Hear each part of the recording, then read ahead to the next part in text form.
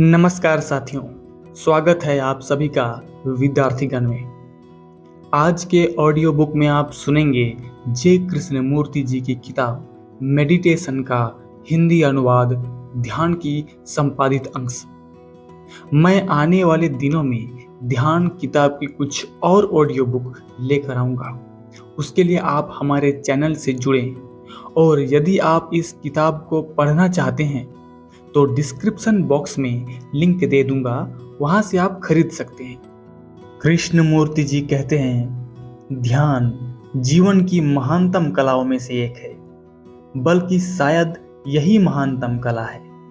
यह कला संभवतः दूसरे से नहीं सीखी जा सकती और यही इसका सौंदर्य है। ध्यान की कोई तकनीक और तरकीब नहीं होती, इसलिए इसका कोई अधिकारी और दावेदार भी नहीं होता। जब आप स्वयं का निरीक्षण करते हुए अपने बारे में सीखते हैं, अर्थात किस तरह आप खाते पीते हैं, किस ढंग से आप चलते फिरते हैं, क्या बातचीत और गपशप करते हैं, आपका ईर्ष्या करना, नफरत करना, जब आप अपने भीतर और बाहर की इन सारी चीज़ों के प्रति सजग और सचेत होते हैं बिना किसी काट छांट के, तो यह ध्यान का ही अंग है।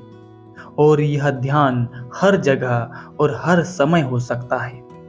जब आप किसी बस में बैठे हों, या जब आप धूप और छाया से परिपूर्ण किसी वनस्थली में टहल रहे हों, या जब आप पक्षियों के कलरव गान को सुन रहे हों, या जब आप अपनी पत्नी या अपने बच्चे के चेहरे को देख रहे हों। ध्यान का अर्थ यह पता लगाना है कि अपनी सारी गतिविधियों और अपने सारे अनुभवों समेत मस्तिष्क क्या पूर्णतः शांत हो सकता है। बाध्य होकर नहीं, क्योंकि जिस क्षण आप इसे बाध्य करते हैं, फिर से द्वैत आ खड़ा होता है। और वह सत्ता भी जो कहती है, अद्भुत अनुभूतियों के जगत में प्रवेश के लिए मुझे अपने मस्तिष्क को नियंत्रित कर शांत कर लेना चाहिए।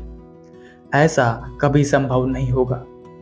लेकिन अगर आप विचार की सारी खोजों और गतिविधियों को, इसके भय, सुखों और संस्कारों को देखने, सुनने और समझने लग जाएं, अगर आप अपने मस्तिष्क का निरीक्षण करने लग जाएं कि यह किस तरह कार्य करता है, तो आप देखेंगे कि मस्तिष्क असाधारण रूप से शांत, मौन हो जाता है।